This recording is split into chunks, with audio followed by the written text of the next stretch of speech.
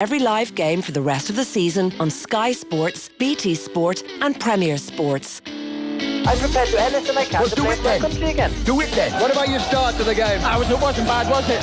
Why should an honest answer be a mistake? How can a modern day manager not have a mobile phone? Why should he? Oh! Football show. Very happy to say Kenny Cunningham's here in studio. He's also happy to be in studio. His face just doesn't realise it yet. Kenny, how you doing? We had Damien Delaney on last night. He was just heading out the door to play. The big man. And when I say the big man, we both know what I'm talking about. He's just enormous. He was just heading out the door. Does he have to duck to get out that door? Must do. He's a strapping man. He was just heading out the door to play over 35s football. How are you going to say over 35s professional golf? Well, he there wishes. For a minute. He wishes. He's good enough. Yeah. He's not far off, Joe. He's not far off. 11 aside over 35s football. He's still going. And he was saying it's the best way to keep fit. When's the last time you played football?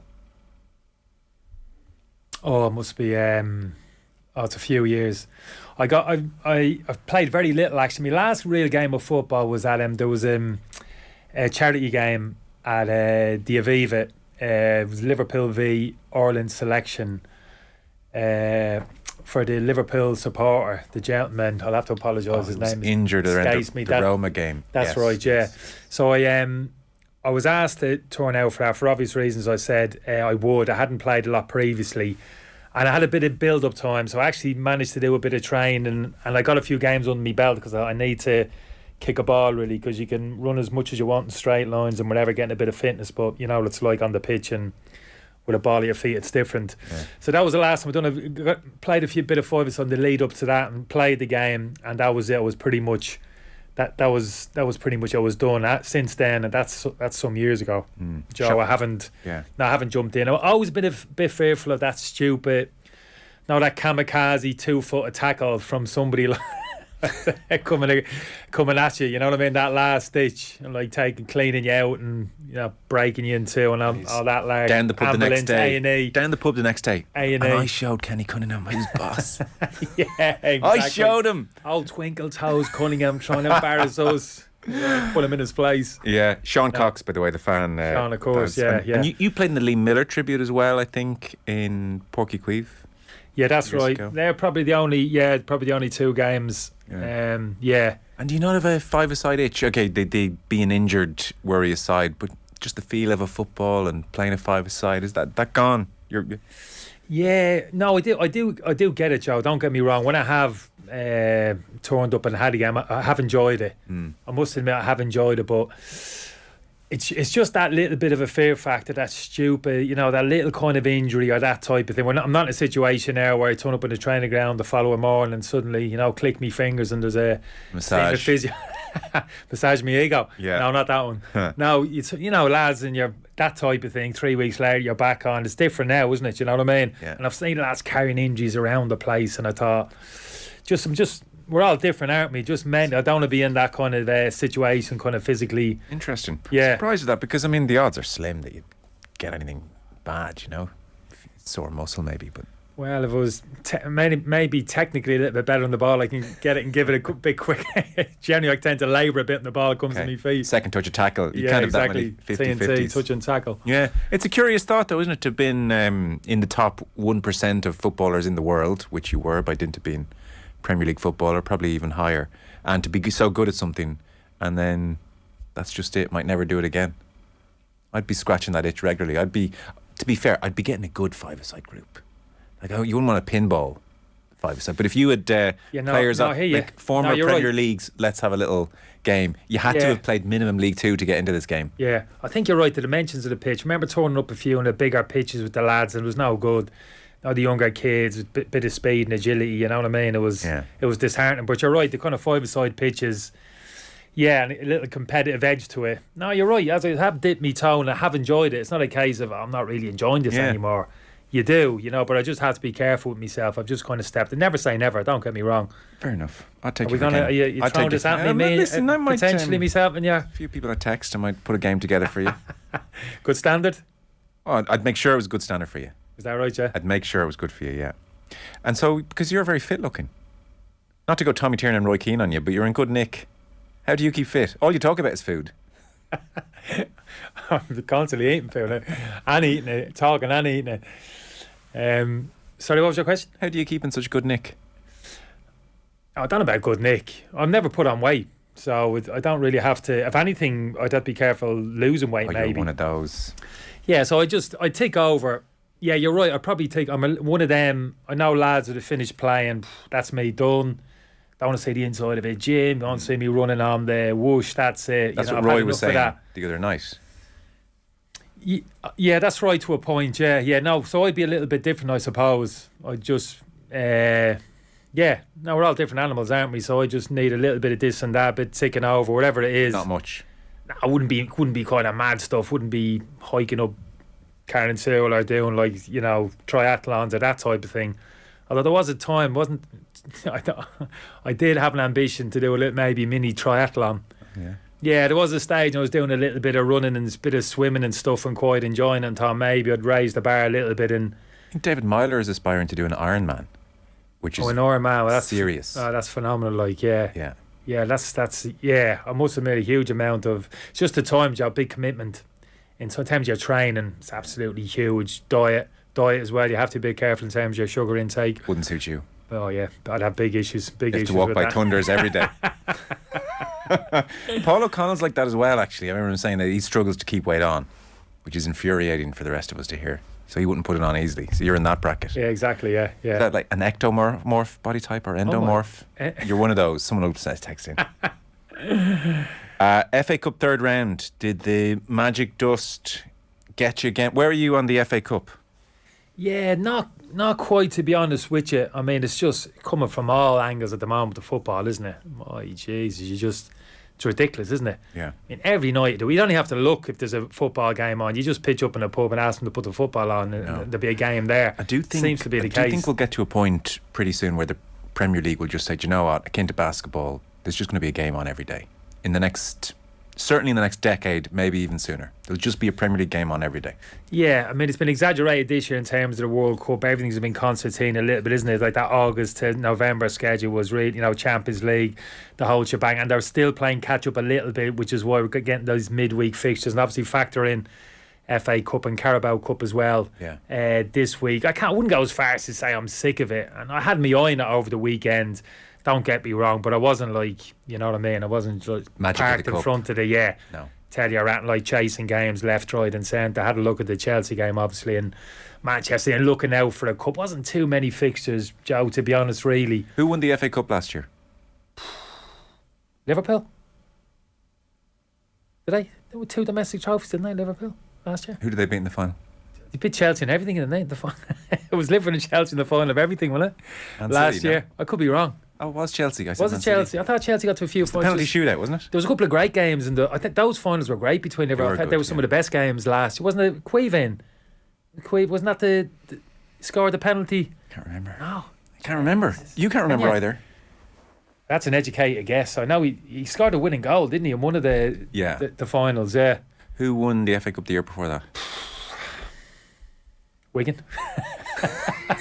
Roberto Martinez. I think it was Leicester. They did win the cup, didn't they? That Wigan. Yeah. Was it that year they went down. City? The year they went down. Yeah. Leicester. Remember Leicester 2 years ago? Of course it was. Yeah. But that's that's kind of at the moment that's where it is. It's like hard. It is. Place. Yeah, it is. It is. Yeah.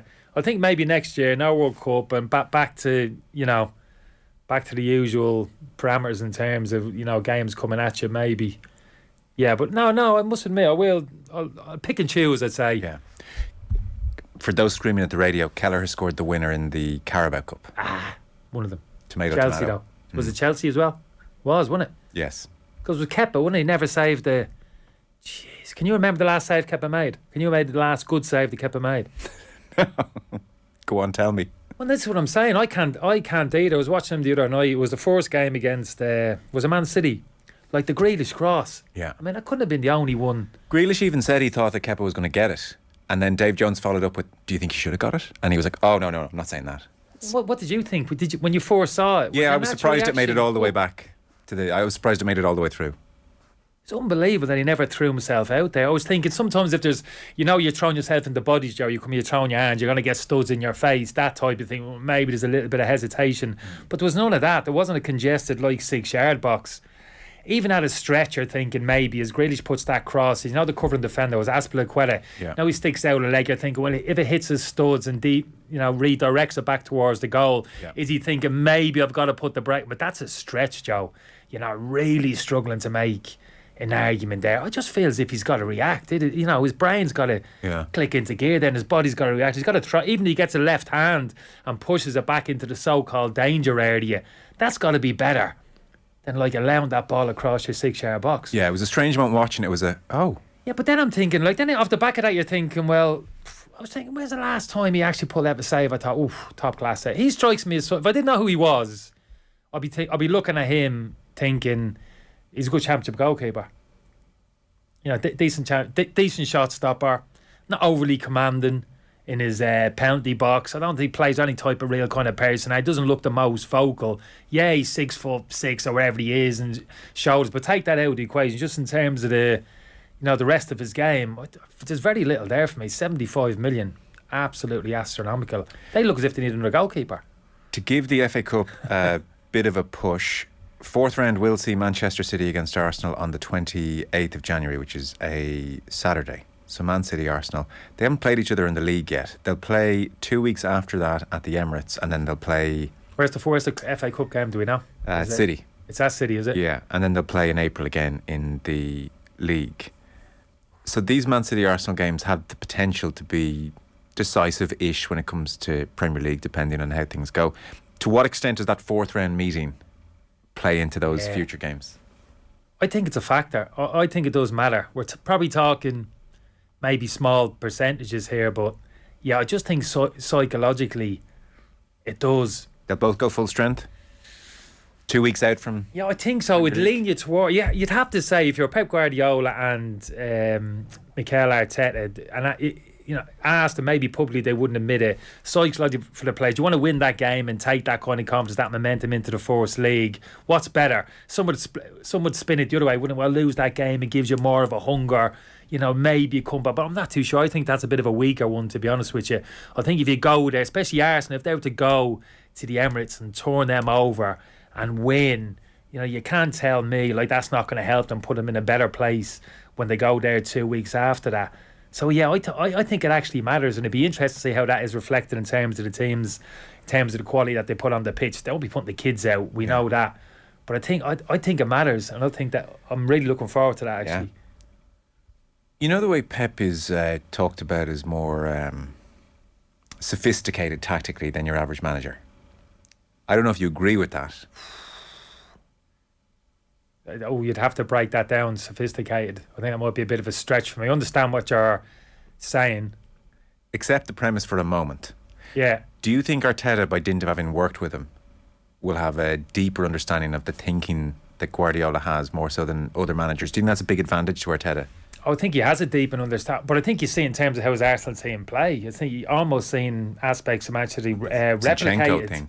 Yeah, absolutely. The full-back things are really... I mean, the full-back thing now it's actually blowing me away now, because I'm looking at that young Rico Lewis came in, looks a really good player.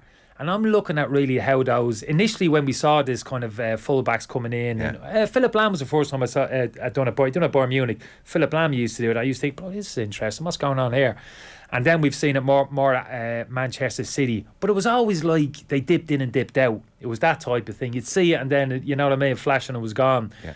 But this season I've looked at it more, and he's really committed to it at Manchester City, to the point now where I think if you're a full-back in Manchester City, the normal attributes which would apply for a full-back, I don't think you can apply that anymore at Manchester City, because their full-backs now are spending so much time in possession in that central area of the pitch.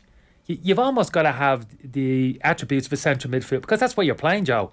You're playing in there, you're receiving the ball, you know, in the central midfield area, plays around you, tight little area. He's got to play in that kind of half turn. It's more of a technical game. And I'm looking at Des Walker, so Walker, to see right back. You're not going to jump in and tell me his first name. Kyle Walker now, and I'm thinking, he's no good. He's no good to you. He's actually no good to you now. No, he's an old school down the flanks speed. His qualities are in wide areas, coming onto the ball from deep with the whole pitch in front of him, using that acceleration, that speed which he has over 30, 40. He's as quick as anybody. They're his qualities. They're his strengths. But now you're saying, well, no, we're going to find another position in centre midfield. That's a totally different position. And I'm looking at that young fella thinking, yeah, he can play in there. Cancelo's the same, very comfortable operating in those centre midfield areas. So it's almost like, well, you're almost redefining the role of a fullback. You know, in Both terms Arsenal and City only tend to send in Cancelo or Zinchenko. The right back in both instances doesn't tend to go in as much. Tends to be you're good enough to do it, in you go. I certainly would have been heading into that area of the pitch for obvious reasons. Such a difficult, it's the hardest position, I think, the hardest position to play, because pressure comes thick and fast. Your head's got to be on a swivel. 1-2 touch. It's 100 mile an hour. Arteta has obviously said, having seen it work at City so well, and then plucked Zinchenko to do the same thing in Arsenal. Arteta has obviously said there's a lot in this. This really is effective. Yeah, but I'm not buying it. I've got to be honest with you. I'm not buying it, because as an opposition team, for me, when Manchester City are thinking, oof, where the problem is going to be, and I think, well, getting say our midfield four, if it's a midfield four or three against Manchester City, where the problem is going to be? Problem's going to be if you get stretched across the pitch. That midfield four, they really stretch you and pull you across the pitch and open those spaces on the inside. And we know how good City are finding those little pockets, those underlapping runs with their number 8s. Yeah. So for me, the problem as an opposition manager, I'm thinking, how are we going to stay compact against this Manchester City team? We're not going to get pulled across the width of the pitch where they can play through us into those little spaces. So Manchester City at times they're sending their fullbacks into those central midfield areas, and they're actually drawing you in there. They're drawing you into that tight, compact shape in midfield, which is where actually you want to be. And I don't see those little overloads in wide areas. Fullbacks are coming into centre midfield positions, so they're isolating their wingers in 1v1 situation, not getting those little overloads so much in wide areas. And I'm thinking, do you know what?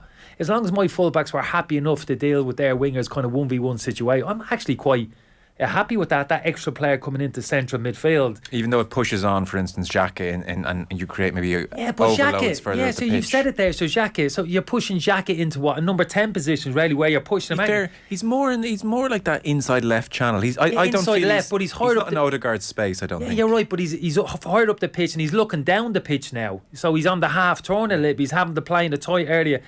I don't want Granit Xhaka. He's not that type of player. I want me number 10 operating in those. So now I've got a full-back operating in the central midfield area. Granted, Cancelo and that Rico look quite comfortable in there, but Walker certainly doesn't look comfortable. And Kieran Tierney doesn't look overly comfortable. Zinchenko absolutely wants to play in there. And I'll tell you another reason why I think Zinchenko wants to play in there, because he knows a little bit out of possession if they turn the ball over. It's not such a big responsibility on him to get himself quickly back into that left-back position. Yeah. He can kind of disappear. He can, like Dave McCallum, suddenly becomes the invisible man in that central midfield. He doesn't actually have to get back, work too hard to get back into that kind of left-back position. Okay. So it's almost a little bit of a cheat up there when you go in there. Yeah, when you lose possession. And you're open up and you're open down that side of the pitch as well, Joe. If you give it away in transition. Newcastle done a job on them up at St James Park early in the season. Drew them on, allowed the full-backs to come on into those central midfield areas, pounced, pressed, jumped out, won the ball back off him, and Joe went down the side, had the legs to go and hurt them down the side. So yeah, you're right, it's an interesting one. Out in that one. But it's interesting. Arteta's obviously looked at it and said, yeah, I like that. But well, they play on the 28th of January, so that will be interesting. I do want to talk to you about Gareth Bale. We're going to take a very short break. Kenny Cunningham is staying with us. Back in just one moment. Football on Off the Ball with Sky, proud partner and supporter of the Republic of Ireland women's national football team. This is News Talk.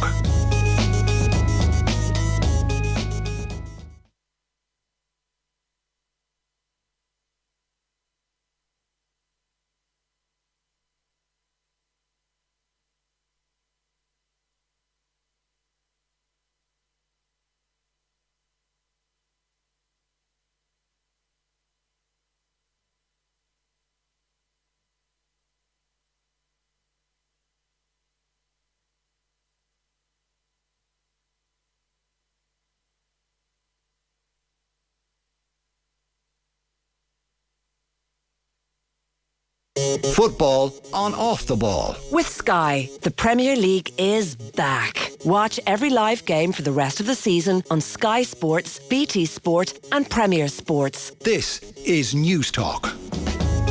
You're very welcome back. Kenny Cunningham is still with us. Gareth Bale has been discussed for the last day or so since he announced his retirement at the age of 33.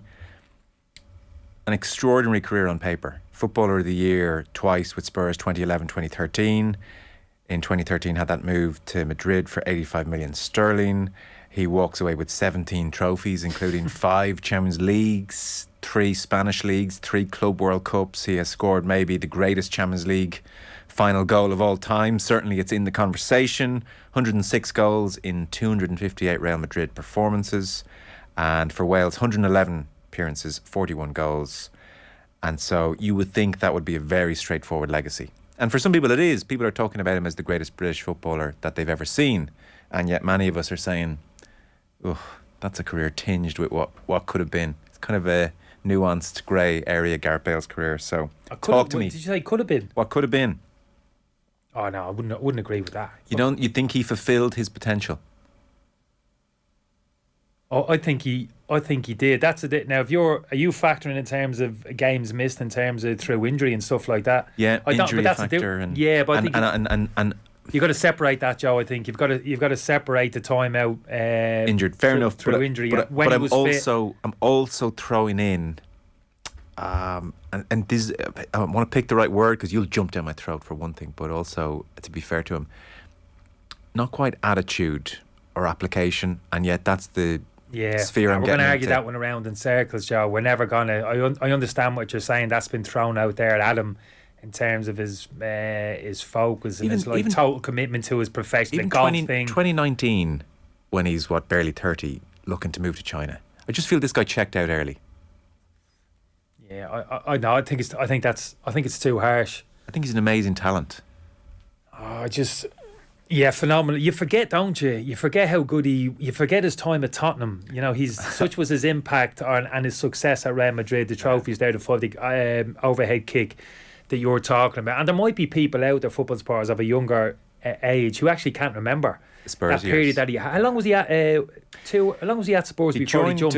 He joined Spurs in 07 for 10 million from Southampton. So 07 to 13, and around the time he ruined Mycon against Inter, he just took off. And there have been a couple of good pieces. I was reading one on Football 365 about his final season at Spurs and just trying to remind you how good it was. So he scored 21 goals in the Premier League, 26 in total. Of his 21 goals in the Premier League that season, 9 of them were from outside the box, which is a record. Yeah. And then, as the piece said, there were knuckleball free kicks, long range strikes, lung bursting runs, followed by cool finishes. It was enough for Real Madrid to pay 85 million sterling. He was. You're right.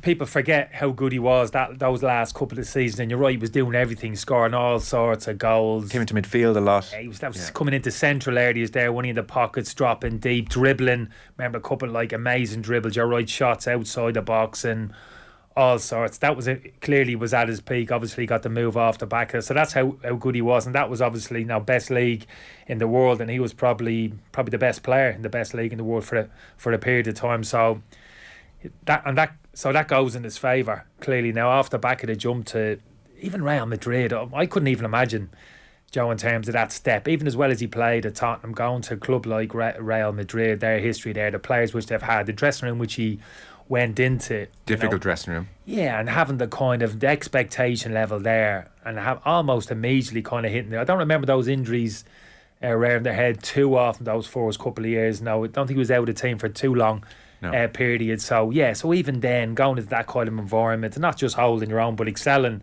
in that kind of company as well. So yeah, I don't quite buy into. I understand where you're coming from, and I think it's just the fact that so many games, so much chunk of his career was missed through injury, and that's a hard one.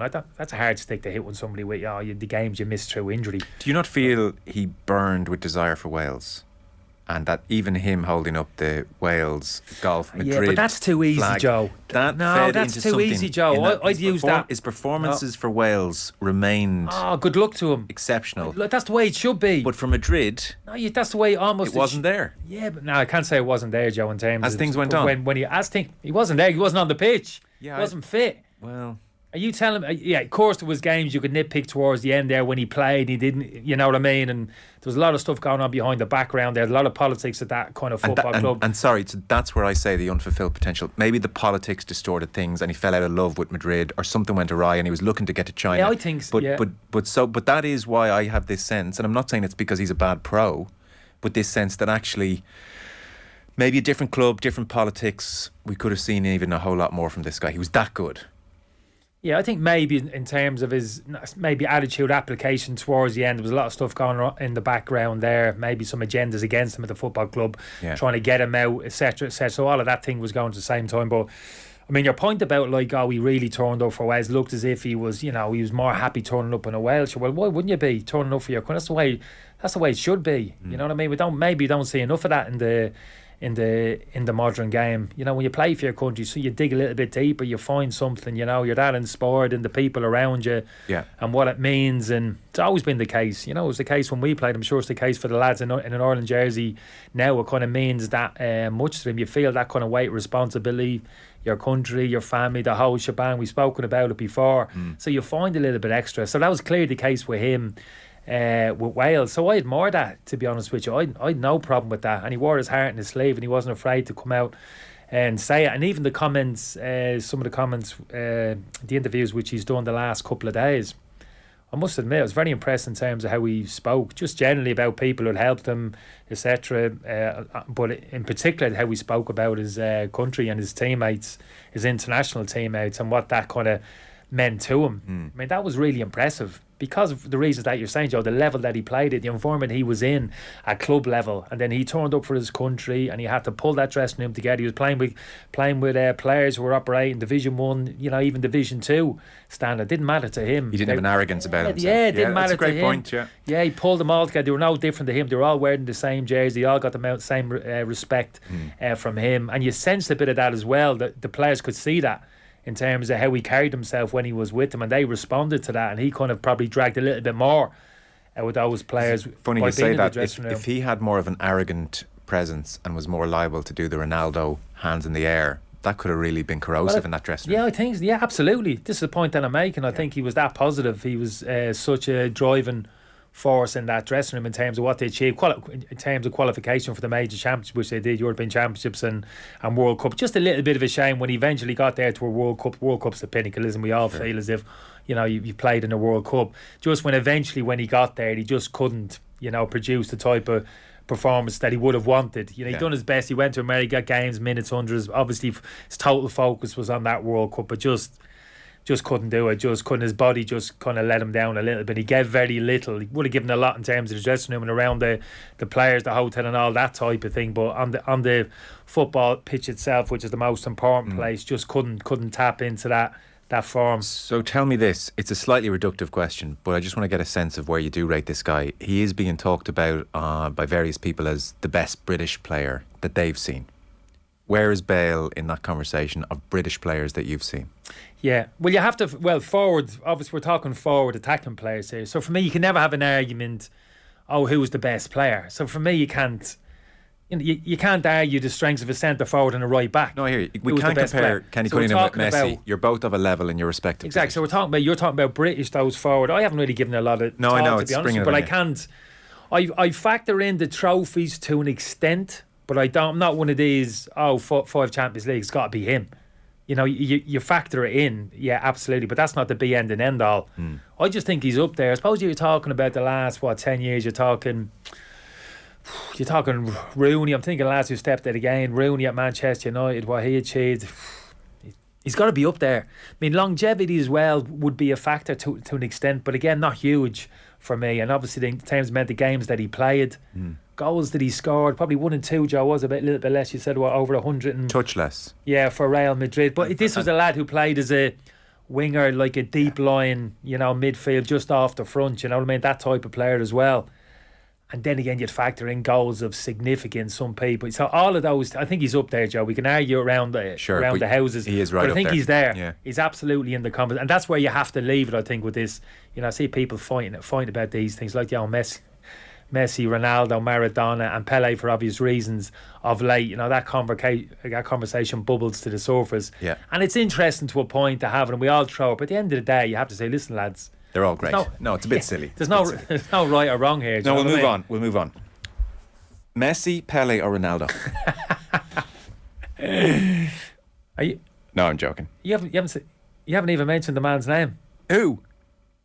Maradona. Maradona. Sorry, of course. Yeah, How could you not even see? That's. I was picking up what you said. Of course he's in that conversation. They're the four, are they? Are those four a touch away from the rest? Do you know what? I'm a little bit reluctant. Ronaldo, just a smidgen. Ronaldo in there, just a smidgen below. It's those three. A smidge, a bit of a gap. Ronaldo, a bit more of a gap. Smidgen from Ronaldo to Messi. Another little smidgen. And then I think you probably take your pick, Pele or Maradona, and I lean towards Maradona. That's where I am. But that's, you know what that is, Joe. That's emotional. Yeah, that's emotional. I think that's how old are you, when were you, your first memories and all. What player first got into you, under your skin, and the whole shebang, isn't it? So those type of things never leave you, do they? So that kind of drives your argument. Very hard to park that, isn't it? Yeah. Very hard for me to say, well, you're Maradona 82, 86, what he did with Napoli, following all that, and suddenly say, I'll just park that to the side and give a, kind of dispassionate opinion on him versus the rest. On that emotional point, the one I reach for. So, how close do you have Zidane to these guys? Because for me, Zidane, I just thought, wow. Like, he's got to be very close to that group, doesn't he? Yeah, I think you're right. Yeah, he is. I think he's not far off, like, in terms of Ronaldo. It's just that people get too caught up in the numbers, Joe, don't they? Now, Zidane's number, but you're talking about, like, an orthodox central midfield, attacking-minded player, but that's what he was, more of, he was kind of ball player, so he could drop deep and dictate things. Creative. Zidane. Yeah, but he was the first one I saw, the size of him. Like, he probably the antithesis to Ronaldo in terms. I'm not sure if you ever spent a day in the gym. Zidane. Roy Keane always says that he was so strong. You try and kick him and nudge him. Yeah, but that he was a lump, wasn't he? He was lumpy, wasn't he? 6'1", 6'2", I'd say. Yeah, but like, and wide. Not the most dynamic in terms of movement or anything like that, but how he moved with the ball for someone of that size.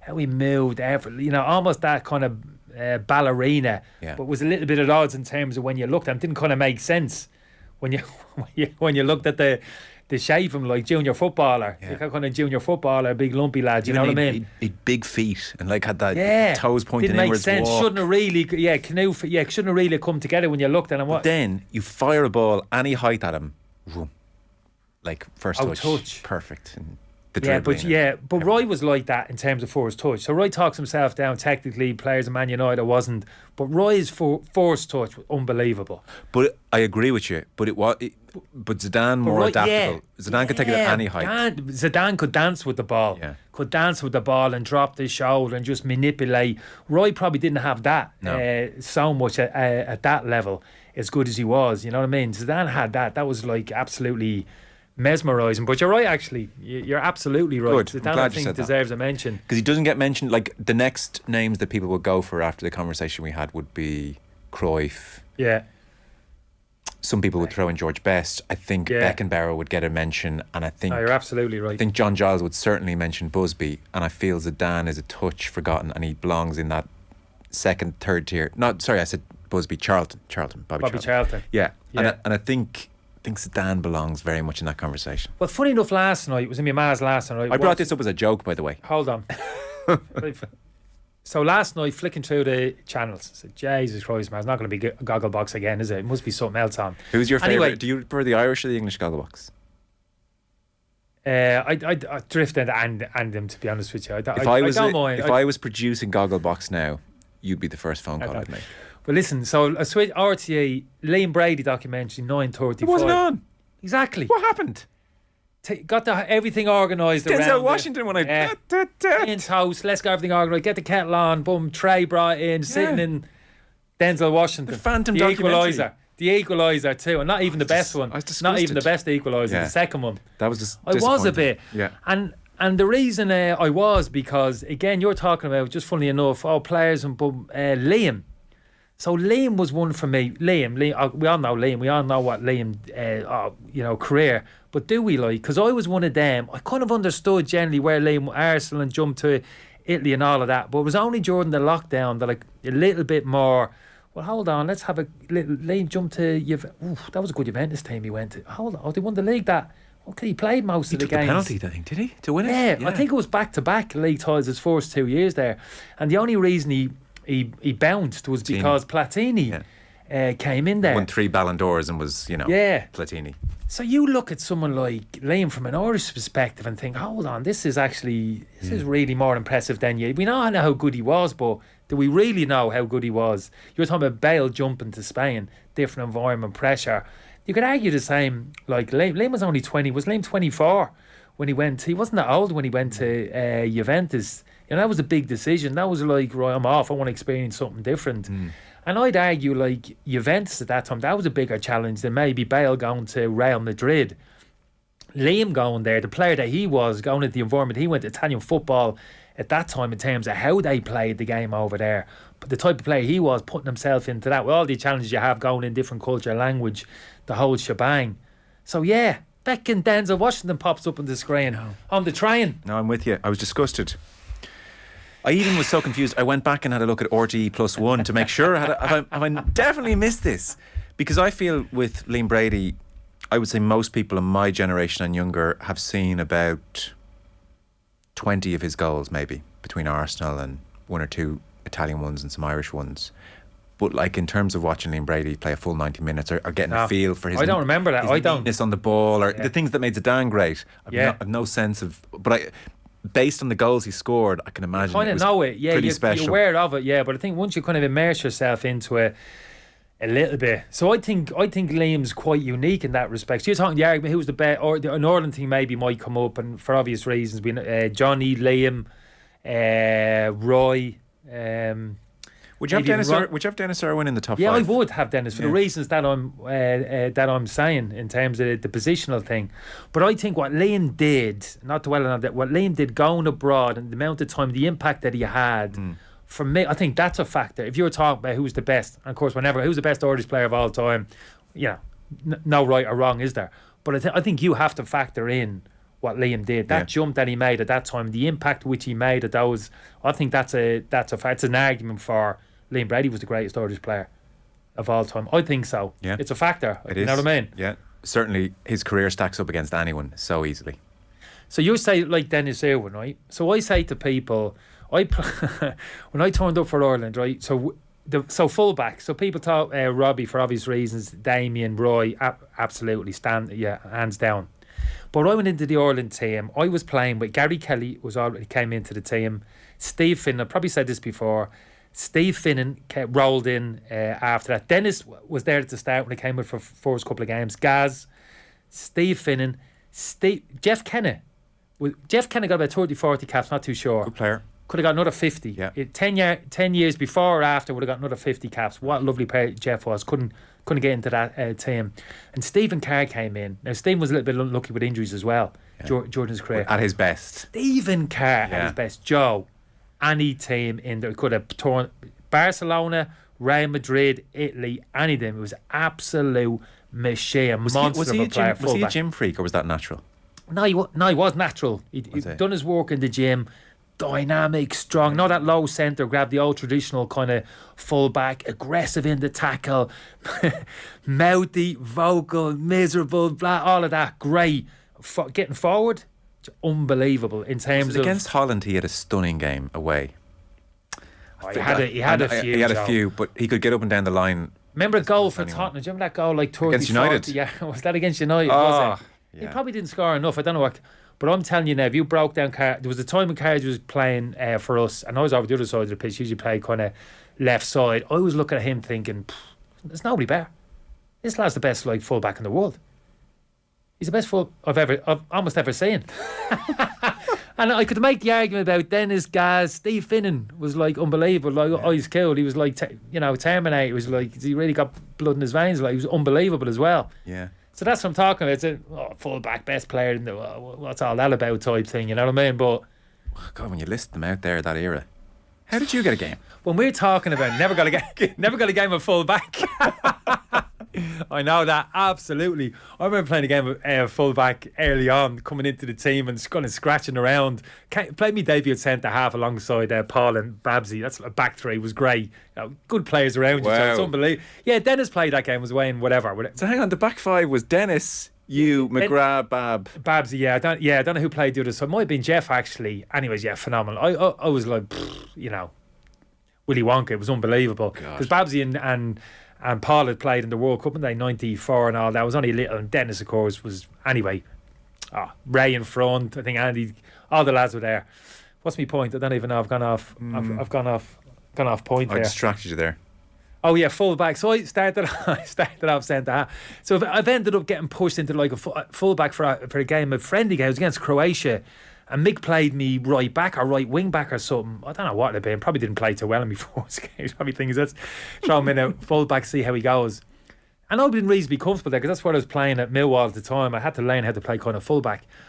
But Robert Yarney, right, played left wing back for Croatia that day. I don't know if you remember. Don't remember him. Oh my God, Joe, he was a good fullback, obviously, but that day, right, I just got a little bit of a taste in terms of this is what's coming at you. You're going to play fullback in international football. You better get ready for this. And he was a bit like Stephen Carr in terms of physicality, how he moved over the pitch. And once a ball dropped, it didn't drop between us. A ball dropped about, I'd say there was a distance about 15 yards between us, in kind of middle area of the pitch, and it kind of bounced out here, and he knocked it over my shoulder. And he knocked it about 30 yards over me shoulder into the space in behind. Now I had a 15-yard start. I had a 15-yard start in him, Joe. And I turned to run back for that ball. I wasn't thinking I'm in trouble here. I had a 15 yards. This is embarrassing. Like, the ball was only 30 yards behind me. You can do the maths. Yeah. By the time I was about 6 yards from that ball, I knew I was in trouble. He'd made that ground up literally like the wind. He moved. And I might have barged into him, I might like rugby tackled him like head to the ground, like that type is like, oh my God. And I remember getting that sinking feeling, thinking, I'm in trouble. I'm in trouble here. Thank God Mick pushed me back into the middle, and I could protect myself a little bit more on this, essentially. But that was it. That's what I'm talking about. Kind of Stephen Carr, that type of, you know what I mean. This is where you were, the environment you were at. No, that's but fullbacks get it tough. They do. And to be fair, Dennis is in that sneaky territory of underrated, but almost as a consequence, people do make a point to mention him because he was so extraordinary. Bit like Paul Scholes for a couple of years. You know, he then became not underrated anymore. I think Dennis is thankfully in this country in that bracket. I'm not sure across the Irish Sea if he gets credit. I think if a Premier League, you know, if you had a bunch of the Match of the Day pundits sitting around and they were picking their... Ashley Cole. Do me a favour. I know, Ashley Cole's a good player. But Ashley Cole was a good player. Ashley Cole was not as good a player as Dennis Irwin. Hands down. See, no way. I guarantee if the Match of the Day lads were sitting around, their various pundits, they'd have Cole in straight away. This is what I'm talking about. Ashley Cole was not as good as defender as Dennis Irwin, even when he was at his best. Ashley Cole had a good period, a couple of years. When very well on Ronaldo in those years. He could defend. Never as good as defender. Dennis was sharp, was brighter, could read situations, read players, anticipate things. Positional sense for me was better. For me, Dennis was by far the better rounded player. Right. More productive in terms of assists, goals. Dennis, I don't think that's even close. You know what's funny when they show the old Man United games on TV now? Dennis Irwin is one of the few that still looks like an absolutely modern player. Yeah, he's lean as hell. He's fast. Never gives the ball away. Like, he has respect for the ball in a way the modern player does, and players of his era didn't. Yeah. Just decision making, left, right side. He predominantly played that left side, didn't he? He was right footed then. He wasn't he? He was. Based on those free kicks, he was. I think he was right footed, but he was so comfortable on his left, driving his left crosses into the ball. And you're right, just in terms of decision making, using the ball, you know, always took the right kind of options. That's match intelligence. That's game intelligence. You can't kind of buy that. And come here, tell me this. So I know you got him towards the end. Then why was Paul McGrath such a force of nature? What was it about him? But Paul probably didn't have his legs when I played with him at the end, but obviously didn't matter to me. He was obviously I would have had Paul on a pedestal, like. But you know, when Paul had his legs, that kind of people say he never had his legs in terms of how he fought injury through his career. Yeah. But when he was kind of at his best in terms of athletically, he was like phenomenal, wasn't he? He was like like a Ruud Gilla type of player in terms of centre half, kind of centre midfield. You know, that technical ability. He wasn't kind of a ball playing centre midfield, get the ball in the half turn, that type, but he was comfortable facing up the pitch with the ball at his feet. He had that unbelievable athleticism, like physicality, but like brilliant reader of the game, Paul. Right. So centre half was probably his best position. He could see things coming a mile away, and when he had the leg speed as well, there was just no getting around him.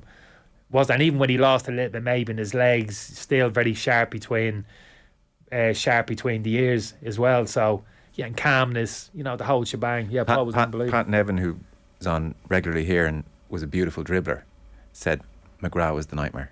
He was the one. Couldn't get by him. Would fancy himself getting by most. Yeah. McGrath, no. Just couldn't do it. Yeah, we're lucky, aren't we? We have those players. So when people tell you're right, match of the day, who's the best? The lads don't get a mention, do they? No, they don't. Yeah, why is that? I don't know why it is, because the players we're talking about are up there. Do you want the starting 11 from your debut? Mix, put it through.